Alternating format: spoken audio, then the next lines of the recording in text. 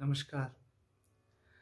आखिर क्यों वृंदावन में बिहारी जी के मंदिर में बार बार पर्दा लगाया जाता है?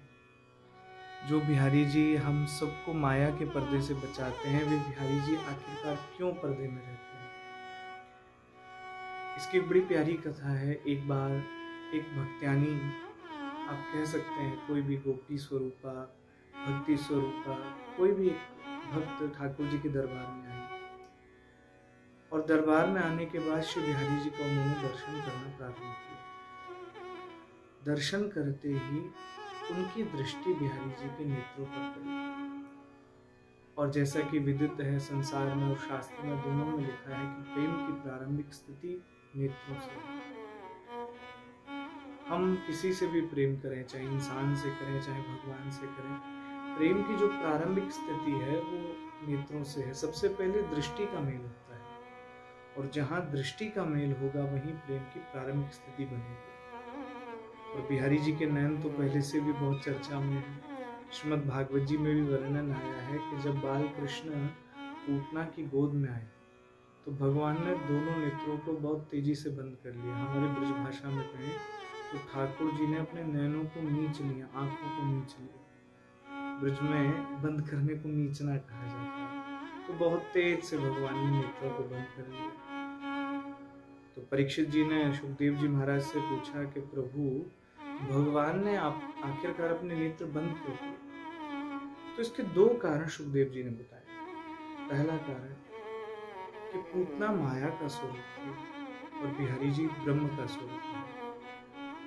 यदि ब्रह्म स्वरूप बाल कृष्ण की दृष्टि माया रूपी पूतना पर पड़ती तो माया क्षीण हो जाती और जहां माया का समय समाप्त हो जाता, माया की लीला समाप्त हो जाती, तो भगवान की लीला आगे नहीं बढ़ पाती। इसलिए ब्रह्म रूपी बाल कृष्ण भगवान ने अपने नेत्रों को बंद कर दिया। दूसरा कारण कि श्री ठाकुर जी के नयन इतने चंचल हैं, बिहारी जी के नैना इतने चंचल हैं कि श्री बिहारी जी के नेत्र अगर किसी से मिल जाएं, श्री बिहारी जी के नयन अगर किसी से मिल जाएं, तो सामने वाले व्यक्ति को स्वतः ही प्रेम हो जाता है।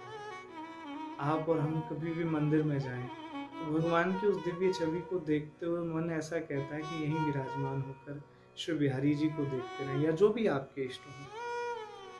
तो यही घटना फिर से एक बार वृंदावन में हुई। उस भक्त ने जब श्री बिहारी जी को देखा तो वो देखती रही और देखते देखते बिहारी जी के नेत्रों को देखते हुए प्रेम कर लिया। अब केवल उस भक्त्यानी के मन में प्रेम जागृत नहीं हो, श्री बिहारी जी के मन में भी प्रेम जागृत हो। जब प्रेम जागृत दोनों के हृदय में हुआ, भक्त और भगवान के हृदय में प्रेम जागृत हुआ, तो समय की से ऐसी परिस्थिति होती है कि उस भक्त को अंततः मंदिर को त्याग कर अपने धाम को जाना है। जैसे ही वो भक्त चलने लगी तो श्री बिहारी जी उनके पीछे पीछे चलने लगे।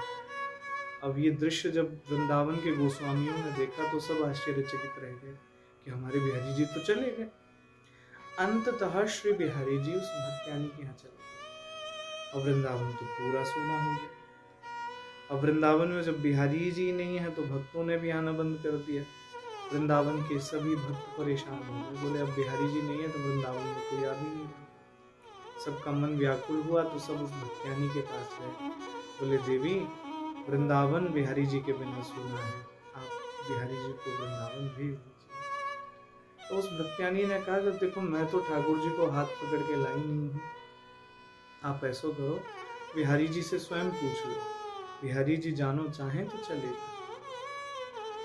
सारे भक्त परिवार वृंदावन के बिहारी जी के पास पहुंचे, बोले हे ठाकुर जी, आपके बिना हमारा वृंदावन सुनो है, अब ऐसी कृपा करो नाथ, अब आप चलो यहाँ से वृंदावन की तरफ पुनः। तब श्री ठाकुर जी बोले कि वो भक्त्यानी तो मैं पकड़ के ना लाई, पर आयो तो वही के प्रेम के कारण है। और आप सब जाने हैं कि मैं काऊ बंधन में ना बंध सकूं, मैं केवल एक बंधन में बंधूं और वो बंधन है प्रेम का बंधन। अगर वह प्रेम के बंधन से वो मुझे मुक्त कर दे तो मैं चलो। सारे भक्त परिवार वृंदावन के फिर उस भक्त्यानी के पास पहुंचे और भक्त्यानी के पास जाकर कहा कि देवी, बिहारी जी चलवे को राजी हैं, बस आप कह दो कि बिहारी जी आप जाओ। वो भक्त्यानी दौड़ते हुए बिहारी जी के चरणों में बोला, हे बिहारी जी, इतनी कृपा आपने मेरे ऊपर करी कि आप मेरे धाम आए, पर आए तो सही, पर जल्दी छोड़ के चल दिए, मैं आपके बगैर कैसे रहूँगा। तब श्री बिहारी जी ने कहा कि वृंदावन में मैं हर समय रहूंगा, पर दिन का कुछ समय निकाल कर आपके पास जरूर आऊंगा। अब आम बोल भाषा में हम समझना चाहें, आम बोलचाल की भाषा में समझना चाहें, तो श्री बिहारी जी ने कहा कि मैं 1 घंटे के लिए वृंदावन से आपके पास आऊंगा। बिहारी जी वापस वृंदावन में आ गए। अब वृंदावन के जितने गोस्वामी हैं, जितने पुजारी हैं, सबने एक मीटिंग बैठक बुलाई, और बैठक में बुलाने के बाद सबने एक ही विचार किया। बोले भैया देखो, आज एक भक्त्यानी देश के एक कोने से आई और बिहारी जी से प्रेम कर कर बिहारी जी को 1 घंटे के लिए अपने संग ले गए। 1 घंटा के लिए बिहारी जी वृंदावन से चले गए, बचे कितने के 23 घंटा बचे। अब 23 भक्त्यानी और आ जाएं, बिहारी जी तो पूरे 24 घंटा के लिए चले जाएं। तब एक पुजारी जी खड़े हुए, बड़े वृद्ध विद्वान, उन्होंने कहा कि देखो, इसको एक ही उपाय है, ऐसी कोई लीला रचाई जाए कि श्री बिहारी जी के नेत्र किसी भक्त से मिल ही ना पाए। तब उन्होंने कहा कि ऐसा करो भैया, बिहारी जी की छवि के सामने पर्दा लगा दो, और जब तुम्हें दिखे कि कोई भक्त श्री बिहारी जी को बड़े प्रेम से निहार रहा है, श्री बिहारी जी की छवि को अपने नैनों में उतार रहा है, या श्री बिहारी जी से अपने नेत्रों को मिला रहा है, प्रेम से मन आनंद प्रफुल्लित है, तब वो पर्दा खींच दो। उस दिन के बाद ये परंपरा बनी, और आज तक भी ये परंपरा निरंतर चल रही है। जब जब कोई भक्त गोस्वामियों की दृष्टि में आता है कि श्री बिहारी जी को ज्यादा प्रेम से देख रहा है, उनको डर लगने लगता है कि श्री बिहारी जी वृंदावन से ना चले जाएं, तो तुरंत पर्दा खींच देते। माय बाप, संसार में बिहारी जी को, ठाकुर जी को अगर कोई बांध सकता है तो केवल एक प्रेम का बंधन, और केवल श्री बिहारी जी को ही नहीं, इंसान को भी अगर कोई बांध सकता है तो केवल प्रेम का बंधन।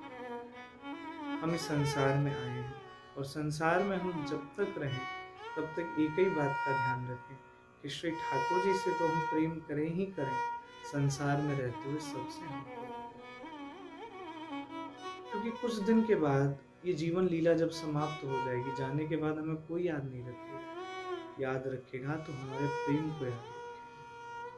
इसीलिए जब जैसे समय मिले, काऊ से द्वेष ना रखो, काऊ से बैर ना रखो, सबसे प्रेम करते हुए श्री ठाकुर जी से भी प्रेम। और जब प्रेम आपके पास होगा तो स्वतः ही श्री बिहारी जी भी आपके पास चले आएंगे। जय श्री राधे, जय श्री